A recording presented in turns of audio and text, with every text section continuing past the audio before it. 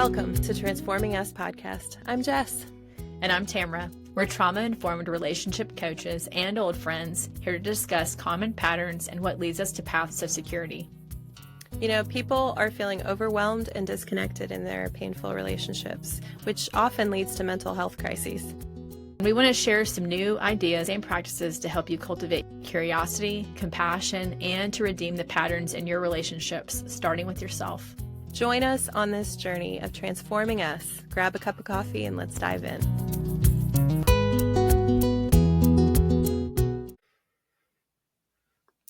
Hey friends, welcome back to the podcast. We are so happy to have you here with us. Today we're going to talk about relational attachment and kind of how we're wired from the beginning, how we're created for connection. So we all have that need for relational connection. And as we talk about family and romantic relationships on this podcast, this is a great foundational episode to understand the brain and the emotions behind all of it. So glad you're back, Tamara. I know. I'm glad to be here. This is a very interesting topic, so I'm excited about this one. Yeah, I love all this stuff so much. Mm-hmm. So, you doing okay? I am doing well. How are you? I'm good.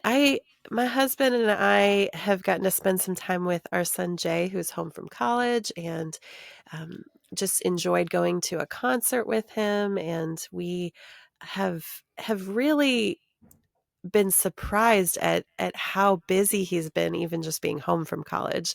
Mm-hmm. So, you know, he got home and immediately went to go pick up a friend and has been traveling all over the upstate. And so we've gotten little pockets of time with him, but he's pretty independent.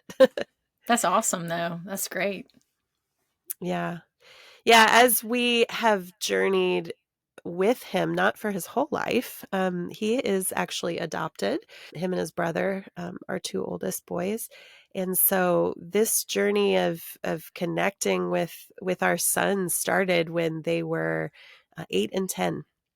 So it's just been fun to see them grow in their understanding of security and learning new ways to advocate for themselves and also trust people. I think adoption is one of those things that there's a lot of wounds there for sure. Mm-hmm. Yeah, I can imagine. I'm not adopted, but I have, known people that are, and I think that it's just really great that they have had a family they have been able to come into, and where secure attachment can be formed, in some stable environment. So I love that y'all have that relationship with him and he's thriving. And that's, what you hope when you have your kid, when you launch them out of the nest, that they come home and, they have this independence and when you see them thriving, that just makes you so happy as a parent to see that. Yeah, it really is such a joy to see him in a pretty healthy place. I think looking back over the years, how there have been pockets of really painful times because of just, how they got their start in life. They had a significant amount of needs that weren't really met, emotional and even some physical, before age 8. And that affects a lot with trusting people and relationships. And I think about our son Jay, and he is super independent, but he had to just take care of what he needed, because there were times that he wasn't going to get what he needed if he didn't just take control. And that's hard because it really does force them to have to grow up so much faster. And then a lot of those, things we're about to talk about, the attachment stuff really starts to develop during those times. So it's interesting how that shapes so much of who we become. Yeah, it really starts so young. So what do you think some of the key components of relational attachment are when you look at just childhood? Well, I mean, if you really think about so for those that aren't as familiar, relational attachment, basically, it starts from infancy through your childhood, and it's, how basically your needs were met by your caregivers. And you could have had amazing parents, but, the way that they were responsive or reactive in certain settings, or, did you feel like, like secure in those relationships, or did you feel like you had to kind of quiet your needs so you wouldn't get in trouble? Or, like there's just, it's interesting how so much of that is crucial for healthy development. And we all, because none of us come from perfect parents, we're going to all have like, no one's completely 100% secure. Um, but it's like, in our last episode, we talked about, self-awareness, when we have the self-awareness to look inward and see our patterns, everybody can change. And that's the beauty of attachment, any insecurity, insecure attachment has the hope and the journey of growth to change, to become more secure, which we'll talk about in a little bit, Yeah. but Yeah, and then the other part of it too with security is that sense of attunement, mhm, um, attunement, from your caregivers. Like if mhm, they are so there's an acronym, attune. If they're aware for the A, tolerant to kind of your emotions, they're understanding, they're non-defensive, um, and they're empathetic, and also a turning towards you. Um, you can have right responses, but if you don't make eye contact with your child and like let them know I'm here with you, there's that missing sense of felt safety. mhm. Yeah, and feeling heard and seen and understood. Yeah. Yeah. Yeah, those are huge. Mhm. So, and soothed. Yeah. We'll talk at times about Dan Siegel, his work around attachment. He's an interpersonal neurobiologist, Mhm. but that just means it's like what happens in your brain in relationship. So let's talk about the question, how do childhood experiences shape adult relationship patterns? Well, when you think about this idea of attunement and what it looks like later in life, if you had to hide your emotions as a small child because maybe they upset your parents, like they weren't comfortable with openly talking about emotions or crying or letting you get angry, you pretty quickly learn to kind of stuff them or to not pay attention to them. Mhm, So, fast forward into adulthood, you're coming in with this strongly developed pattern of repressing emotions because you had to, in your family of origin. And now you don't know how to emotionally relate to your partner. So that's one way. And there's many other patterns that come from insecure attachments and unmet needs that later affect romantic relationships mhm, because with connection at your earliest age, your caregiver was supposed to be your safe person that helped you move through hard things. And so later in life, your partner it mimics like your parents in some ways. It's that safe person that's just there for you always, and that you should be able to rely on them and depend on them and then be a safe, stable base. It's like you can come home to each other, you know? And mhm. so they're very similar in terms of attachment. You're not going to see a lot of attachment insecurities with the person at the grocery store. It's like it's only close relationships. Right. Yeah. Yeah, and I feel like it really I feel like you can see it the most or I guess the most we can become triggered is in the really close, like more like intimate relationships, like the romantic relationships. I feel like I think you can also see it in really close friendships too, but specifically the romantic because those end up being some of the closest people to you. Yeah. And it's so interesting how something like so like just an example for people, but like something so small of like so say your family was really focused very heavily on achievements, so like if a kid did really great at sports or excelled and made all A's, the parents very like, oh yay, and celebrating and excited, so that kid's gonna learn, okay, when I produce these things, then I get this attention, this attunement, And so it gives them this, drive that I have to achieve. And you know what I mean? Like, which can kind of Yeah, play into the Enneagram 3 or like to certain, absolutely. things. And then, but then also like another quick example would be like, as a child, like think about this 3-year-old child standing there and, they cut their knee, and again, the parent isn't even probably even consciously thinking this, but like say the parent has a lot of other things going on and like, oh, you're okay. It's fine. Just brush it off. You're Yeah. fine. And it's like that kid learns like, okay, well, my need, like I'm really in pain right now, but I'm just being told it's fine. I have to be So strong or tough. yeah.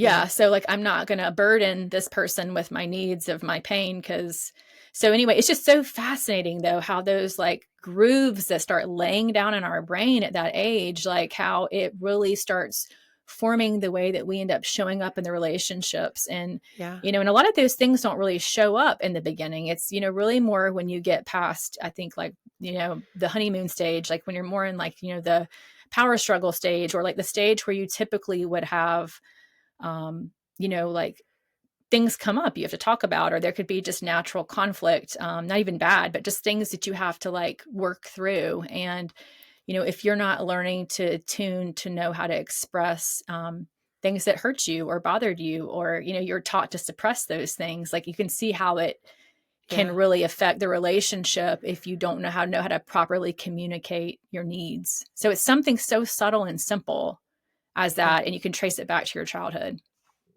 yeah, yeah, so good. So, how would you explain to people the concept of secure attachment then? So no one is 100% securely attached because we're not perfect people and we come from imperfect families and parents. But I would say, like, really security, I feel like when people can truly reach like a healthy security is when you feel like, well, it would start back, if you looked at the child, but like where they feel safe in a bond with their caregiver, where they feel like, they're understood, they're valued. Like you mentioned before, like making eye contact, not being so busy where you're just like rushing around and not really attuning, but like really stopping what you're Yeah, doing and paying attention to the child and focusing on them. So when they're talking and, and I think it's even like, I think it's important, to also think as parents, it's easy to not even think about it, but like, being attuned to like not just the moments and paying the close attention, the eye contact, or like the sight when, oh, you did really good, you know what I mean? Or yay, you scored a goal. But like, when they walk in the house from school, it's having an attunement to them, stopping what you're doing and looking them in the eye and being like, hey, how was your day? Like you're showing and expressing an attunement to them. It's not just based on performance, but based on who they are. Like you're showing up for them in just normal everyday circumstances. They feel seen. Um, and then I think like that will, form a positive, healthier self esteem naturally. And then just the ability to be able to form those like strong, more trusting relationship bonds that will end up carrying them as they get older, and being yeah, able to learn how to attach to people in a way where they're less likely to bring in those insecure attachments styles that we'll talk more about. But it just can really help affect like just the whole overall like emotional and the psychological health of someone, um, when they have had just those proper attunements. mhm. Yeah, and I think too, it's research shows it does not have to be perfection. Like No. we talk about security like, "Oh, you gotta get it right all the time."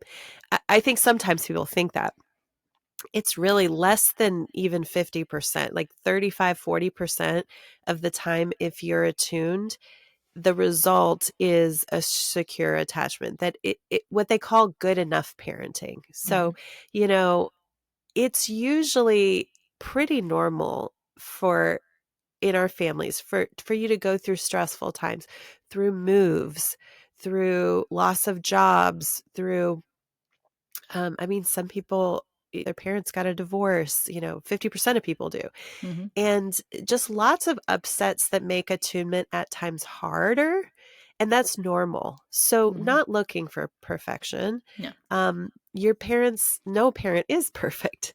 It's Mhm. just that if 30 to 40% or more of the time your parents were attuned, you have a secure base. You have a place of understanding that you will be seen and heard, and you've had that felt safety. Um, so really, the idea of attachment theory came from John Bowlby. He was the original creator of attachment theory back in, like, I think it was the 1960s. Um, and then later, Dan Siegel has done a lot of work around neuroscience and attachment.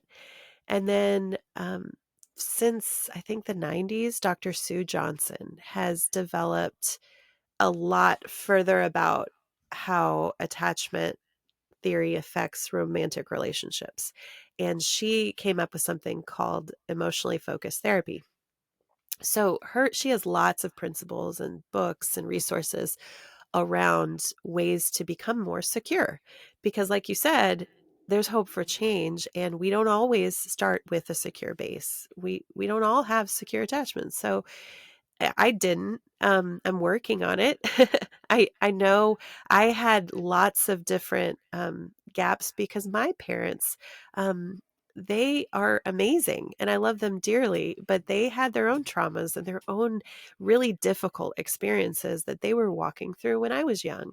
And so I had some emotional patterns and things like that, that as I related to my parents, that developed, that later I brought into my marriage. So Mhm. it's a journey. So yeah, with Sue Johnson's emotionally focused therapy, or sometimes it's called EFT, she's helping couples look at underlying emotions with their attachment wounds. And so when you can pinpoint, like in our last episode, we talked about naming and self-compassion and curiosity, and just looking and trying to discover what's really there. That's work in relationships, to name what are those emotions that are tied to the attachment insecurities. Mhm. Yeah. So she has a quote. She says, "Emotional bonds are the source of resilience. They make us strong." So what do you think about that? Yeah, I mean, they definitely are so shaping to who we become and, you know, the way we show up in life. And I think like something that you said earlier that made me think about, you talked about there's no perfect parenting. I just want to touch on this because I think like I think about this a lot, but like you were saying, no one's gonna do this perfectly, like we're gonna always be having to come in and repair Yes. and like re-engage and repair. And so just because you break something and as far as like attunement, basically, you can always step right back in and reattune and repair. And so Yes. it could be like an example of, say your child is trying to talk to you about something and you're in the middle of four different things and you're not really being able to attune to them, learning how to say, hey, I know you were trying to talk to me about earlier and I was not able to focus because I was trying to cook dinner and the dog was barking and, like all this stuff. But Yeah. I really want to hear what you were trying to tell me. Yeah. And so like you're repairing, and so we're constantly repairing, and that should be normal, you know what I mean, like because we're not going to always be 100% attuned to Yeah. anyone all the time. So not looking at it like, oh, like again, the shame, like not letting there be shame of like, shoot, my toddler was trying to get my attention today and I didn't, and feeling bad about it. It's like, no, it's okay, you're just gonna, everything is just, you can repair, Yeah. and so you just go back in and there's many a times I have had to, apologize to my children, like, hey, I was actually, this was going on in my mind and I reacted this way to you and that wasn't, fair to you. Yeah. And I just took that out and, you're repairing. And it's also, we talked about humility in the last episode and, it's good because it's also modeling, for our children to see, or, anybody around us. It could be someone at work, like, but you're modeling like humility, like it's okay to acknowledge, like, I didn't do that well, forgive me for that, you know what I mean? Like, and this Yeah. actually is very powerful for people to see. Yeah. Yeah, I think a common pattern in my family is we have a lot of assertive types Mhm. in my family, and so there's a lot of assumptions that fly around, and reactions, right? So, attunement for us and repair often looks like coming back and going, "You know what? I think I assumed this is what your intention was, and I was wrong. Could you explain to me what you're thinking?" And give them the opportunity to be understood instead of, cutting them off. Or sometimes we just are moving so fast and it's like, you might interrupt something and not listen well and think that you know where this is going, or that maybe they're being disrespectful, or they're not honoring your needs, like, so thinking about my husband and I, and it's like I don't need to assume that when I do that and I jump before and I jump into the future, that's not helpful. And Mhm. so repairing looks like, wait, let's have a do-over. Can we do that Mhm. again? Mhm. So yeah. Yeah. So let's talk about attachment bonds and somehow, like, sometimes they disrupt relationship dynamics as you start to heal or you start to discover new things about insecurities.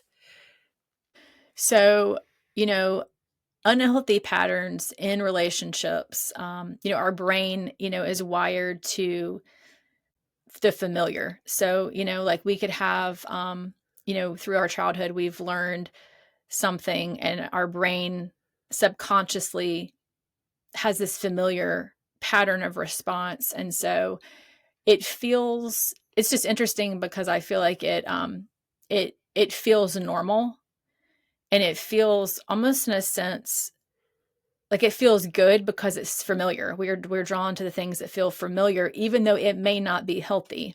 Yes. And we're doing things on a lot of times on a subconscious level. So a lot of times we're not even really fully aware we're doing it or conscious of it. So I think like part of healing the attachment bonds, it can disrupt relational dynamics. And I think like as people are putting in the work or becoming more aware, or as individuals are starting to change, the relationships can sometimes struggle because there's these new behaviors happening. And it can feel confusing of like, you've always done this, so why are you doing this different? Mhm. And so it's really learning how to again communicate is important to be able to this, and it all leads back to self-awareness too, because I feel like it's like when you look at it, like even insecure attachments, I tend to pull away when I'm getting too close, things are getting too vulnerable. A lot of times it's a subconscious fear in them to naturally pull away. They don't even know that they're doing it. Yeah. So and as they become self-aware and as they start putting in the work, people will notice. Now that's a positive change. People will be like, oh, you're showing up and you're not pulling away, and it's noticeable, and the relationship will naturally become healthier for it. um, but I think like the self-awareness will be able to see, self-awareness leads to change when you're Yeah. ready to change and put in the work to change, and then it will be noted and noticeable to those. And anytime we put in work and we're healing, the relationships with ourselves and others will naturally become more healthy, and people will notice it. It will Yeah. be noticeable when someone's putting in the work. And it's interesting because I feel like I've seen this a lot where people will start to have a self-awareness, but they haven't actually put in the work yet. Yeah. And there's a big difference.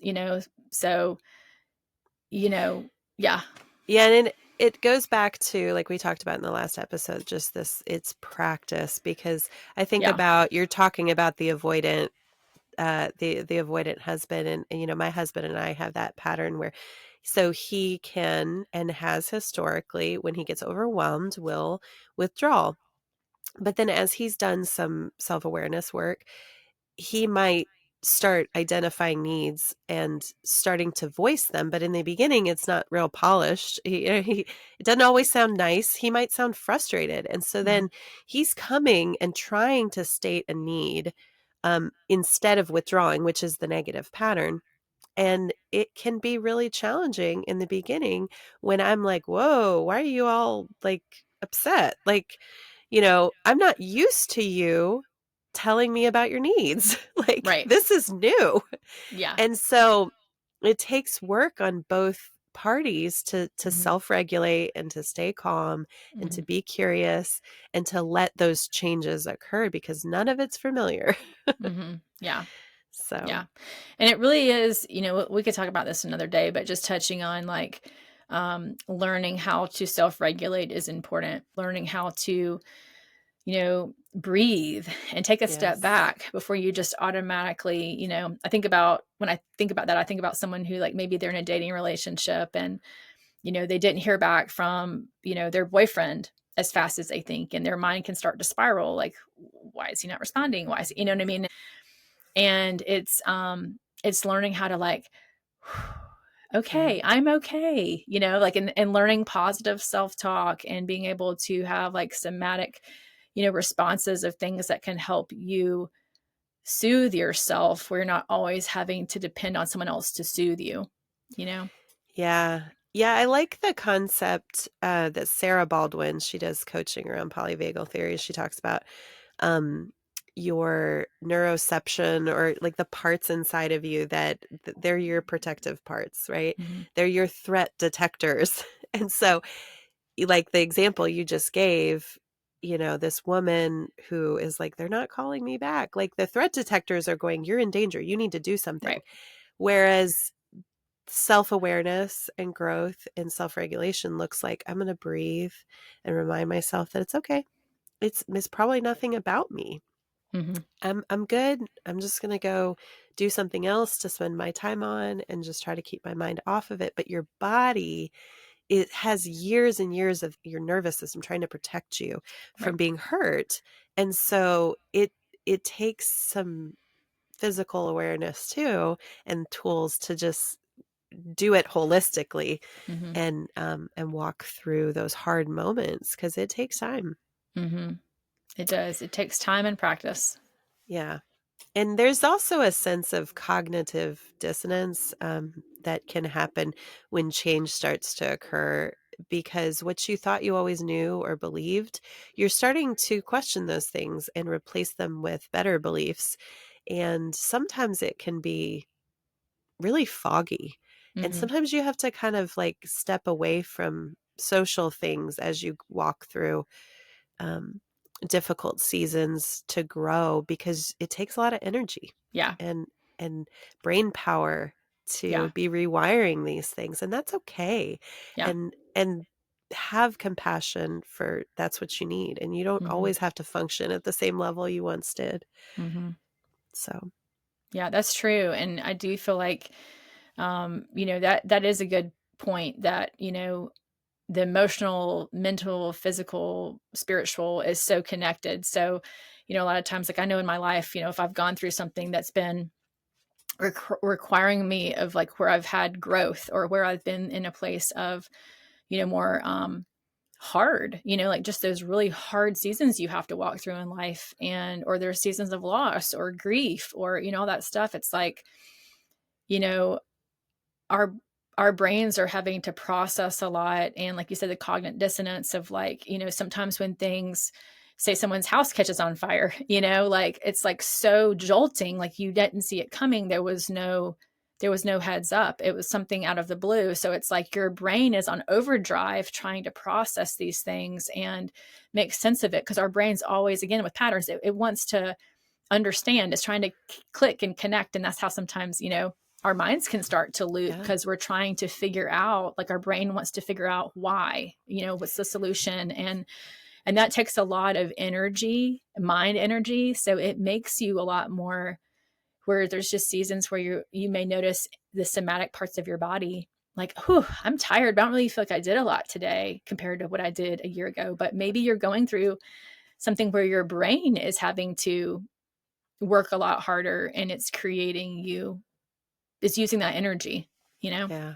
So it's interesting how that's so connected. Yeah. Love neuroscience. Very interesting.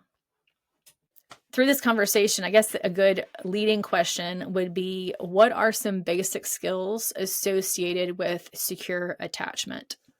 Yes, great question. And I think in our coaching practice, like the way that we want to lead people always is four main skills. And there's so many nuances that go beyond that, but it keeps it simple to remember that secure attachment looks like having the ability to um, give care to others, to receive care. And so that's not always just physical care. They're emotional, um, you know, there's other aspects to care that's not just, giving a hug or whatever. When we talk about different ways of giving and receiving love, like love languages or love styles, there's a variety of ways to give care. We need to learn multiple ways to do that. But so give care, receive care.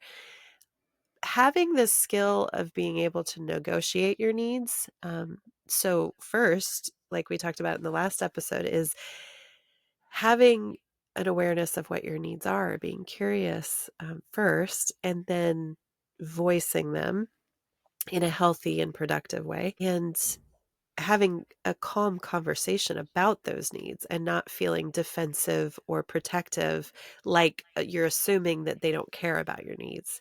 Like, Mhm. first believing this person loves me, they want to meet my needs. They have their own stuff going on, but deep down I know they care about my needs. So I Mhm. have the freedom to voice them. Yeah. And then the last thing is having an internal knowing that your voice matters. Having a secure base means that you can take up space in a relationship, you can have those needs, you can have time alone, um, and that being heard and understood is a value for both of you, and that's always going to be true. I am able to give care, receive care, and negotiate my needs. I still at times get really hung up on just knowing my voice matters. It's taken some time to get to this point, but I have internal voices that I have to talk down all the time. Um, that are telling me my partner doesn't care, he doesn't want to spend time with you, all that. So just really continuing to develop that knowing that Mhm. that your voice matters. Yeah. And I also liked how you said, not assuming, like the worst of someone and the worst of their intentions. Like, I remember when I first got married, my husband and I were really young. I was 20 and he was 21 when we got married, but we didn't really have a lot of communicative skills at that point.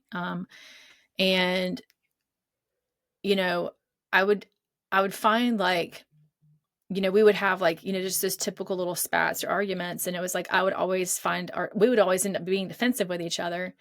And there was such a shift in me when I started recognizing, like, and really thinking about, like, okay, in these moments, like, he's for me. Like, I know this about this person. He loves me. He wants good for me. He's for me. So if he's bringing up something that's triggering something in me or making me mad, like, so I have to remind myself that, he loves me. He's for me. If he's seeing something in me, if he sees something in me and is it bringing it to my attention, like, he really does want the best for me. And so, again, going back to humility, I've got to have the humility to hear what he's saying, because there's truth in what he's saying. And I can either get defensive and push him away and further the argument, or I can actually listen to what he's saying and reflect on that, and then, you know, see our both of our parts of, of how we can come back to a compromise, or how we can work through and, resolve disagreement. Yeah. But again, that comes with having a safe person. You know what I mean? When Yeah. the person has proven that they're safe and they're trustworthy, then that's easier to do, you know, Yes. because you have you you have self-talk and you tell yourself, this person is for me. I need to like, Yeah. it's, I don't have to be this way. Yeah, Yeah. and I mean, thinking about that statement that if they're a safe person, well, there's a lot of relationships where emotionally the person has their own attachment insecurities and you do too, and neither of you are that safe person. But how do you get from not being the safe person and not having the safe person to together walking towards being safe for one another?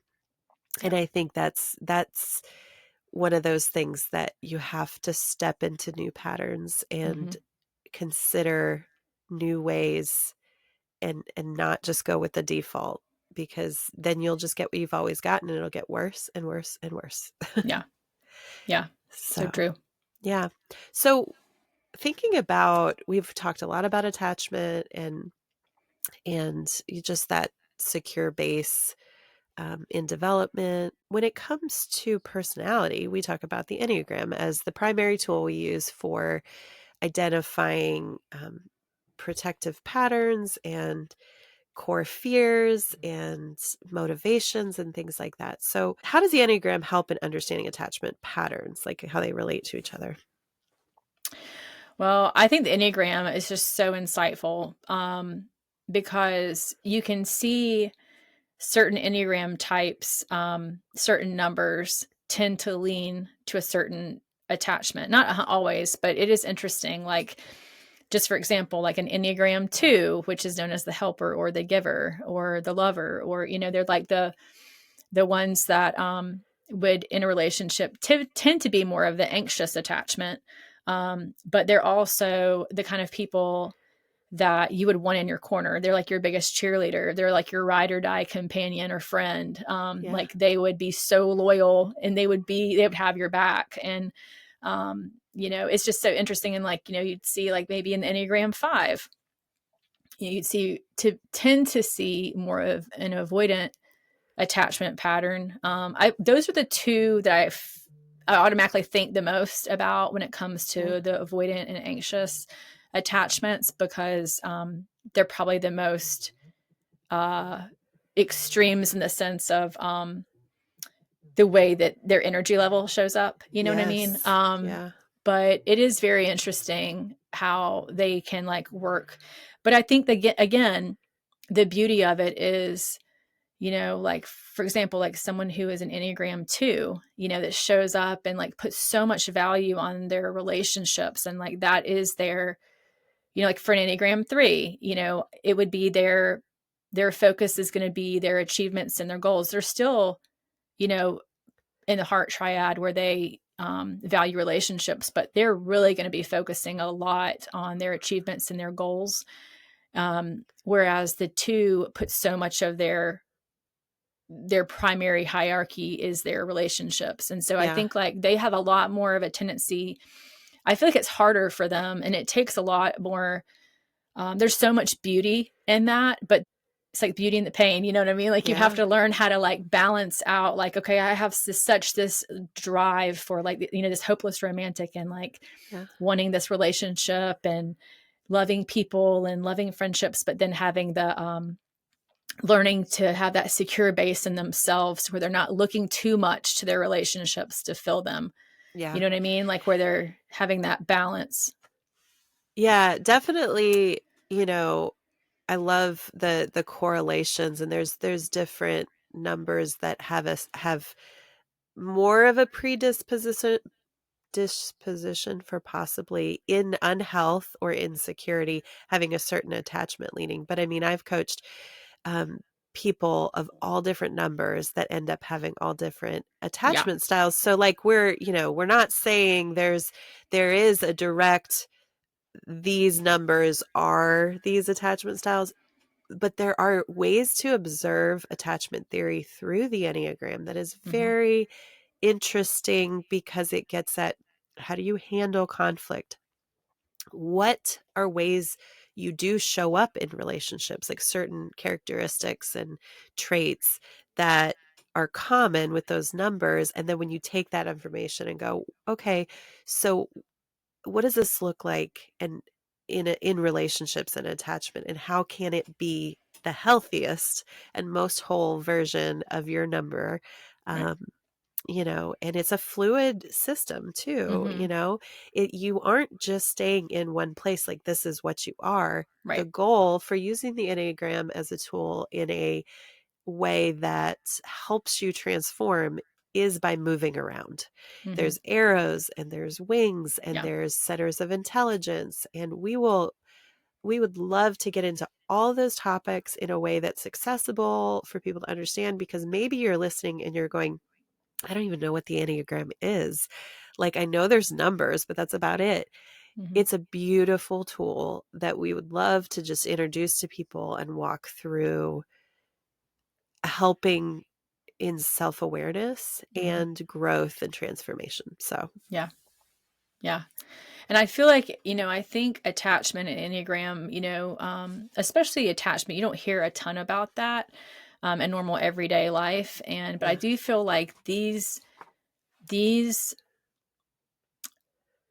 information, it is really crazy how it's like when people start understanding it and they start recognizing in themselves, it's like you just see so much light bulb moments go off for people where they're like, wow, I never like knew that. Like I knew it, but I didn't understand it. And wow, that's like they have like a language now. And like you were saying, it's not putting you in a box because no person is in a box. Like we're all uniquely and beautifully made. But there is common patterns that can be captured and it really helps people have just so much more understanding. And and even especially knowing like you're like if you're married and having your spouse is knowing where they fall on that line, like it's like you see so much restoration happen and Yeah. understanding to the other when you have these tools. Yes, for sure. Yeah, I think that having a tool like the Enneagram to become more self-aware is just critical, because it's interesting in my journey of faith. um Sometimes the knock on something like this is like it's navel gazing, like why are you going to just know yourself? All you are is just wicked. Like, and I don't really subscribe to that way of thinking, because it's just, I mean, even John Calvin at one point was known to have said, that understanding yourself is intertwined with knowing God. And so, like, how can you form appropriate prayers if you don't really even know yourself, Hmm. And so it's all part of getting to know God, and knowing your attachment style helps you know how you relate to God, because he is another like bond and relationship that Hmm. is important for your safety. And so if you have insecure attachment, sometimes we view God in a way that is not actually who he is. We've projected that onto him. Hmm. And so that self-awareness through tools like attachment theory and the Enneagram and many other things out there just help us in our faith. And it's not selfish, it's not navel gazing. I think they can be used in an unhealthy way, like any tool. Yeah. You have to use it rightly in a way that it was intended. And it really was intended for not to weaponize other people's behavior, not to make excuses for bad behavior, but to grow and Hmm. to get outside of the box that you're in, um, Hmm. and become more whole. So that would lead to the next question is what is the significance of shedding the protective parts of ourselves in adulthood? Yeah, I think Yeah, I think what we continue to talk about with transformation is laying down of patterns that don't serve us, that aren't good for us, just the subconscious or unhealthy parts. The protective parts, like I said earlier, you have these like threat detectors that tell you you need to take control. That might be an Enneagram 8 pattern, or achieve, like a 3, things like that. Um, when we can learn to shed the parts of ourselves that maybe we needed in childhood to help us figure out and navigate life. Um, but now they're just limiting us. It's just part of maturing. And the first half of most people's lives, like even looking at the Maslow's hierarchy of needs, is like you get what you need, you find your place in life, you hopefully find connection and belonging. And these are like a lot of external things. But later in life, truly is where people really start to harness like their purpose, and Mhm. they kind of look inward at their emotions, their life, their story. um all that comes with wisdom and time and maturity. So, it's just part of shedding. I think I shared in a former episode about this like seed coat, the hard outer shell to a seed that protects it. At some point when it goes into the ground, it has to shed that coat so that the inner part of the seed can sprout into new growth, Mhm. something really healthy, green. Yeah. So I've really enjoyed talking with you, Jess, on this specific episode about, yeah, just about connecting and attachment, and just the transformation that comes from that awareness. And we all are being transformed, whether we know it or not. And it is neat to think about how we are, like, in a sense, could co-create with God, to be able to have a version of our relationships and ourselves that we can just enjoy and be able to celebrate every day, and just every day have, patience um, and awareness to be able to keep going on that journey, because there's so much beauty that comes Mhm. through it. So, Yeah. Yeah, I totally agree. And, this is another really important just topic to be able to understand connection, mhm. because it's just part of how we're wired as humans. And you cut that off, and we, babies without connection, they become failure to thrive. Yeah, And I think we think about it with babies, but we don't think about it as adults. And yeah, so, you know, I think there's some study that talks about loneliness. It like the epidemic of loneliness is almost like the equivalent of smoking, 2 packs of cigarettes a day or something. People mm, who are cut off from relationships, their health suffers. yeah, So, yeah. yeah.